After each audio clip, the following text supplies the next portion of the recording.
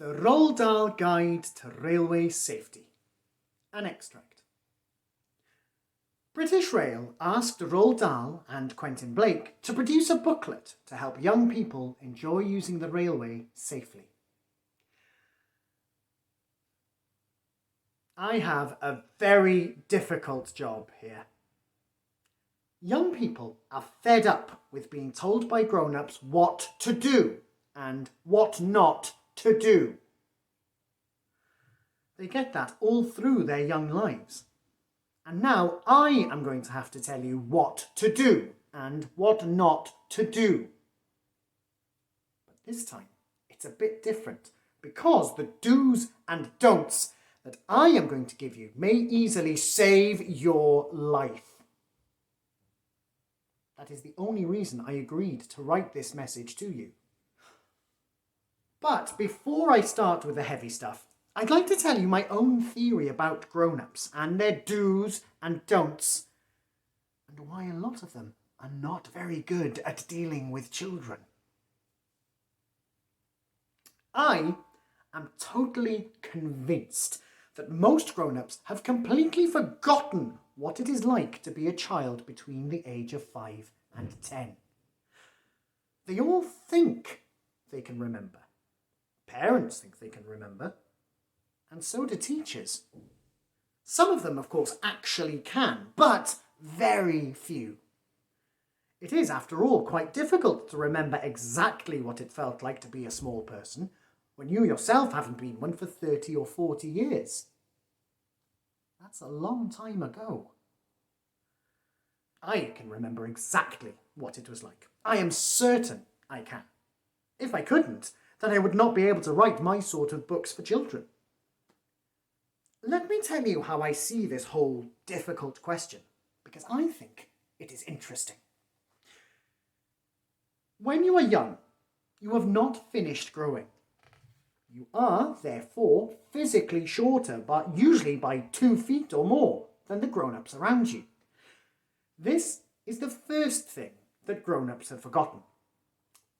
If a grown-up really wants to find out what it is like to live in a young person's world, let him or her get down on hands and knees and go about like that for a week.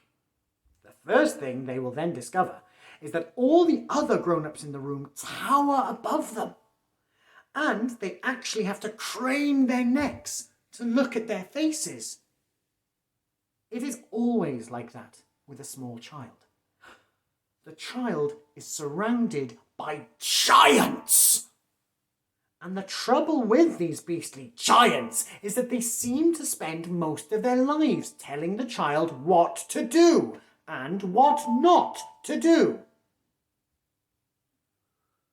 What the child does not understand is that, unfortunately, the giants have to do this.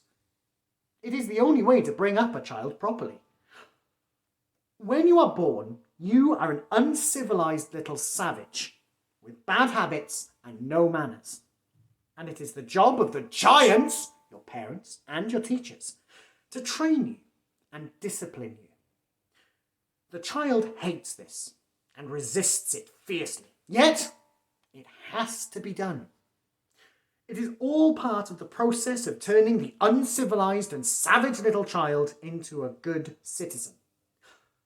Say please, say thank you, go and wash your hands, take your elbows off the table, don't spit, don't come in here with muddy shoes, turn off the telly and do your homework. The stream of orders is endless.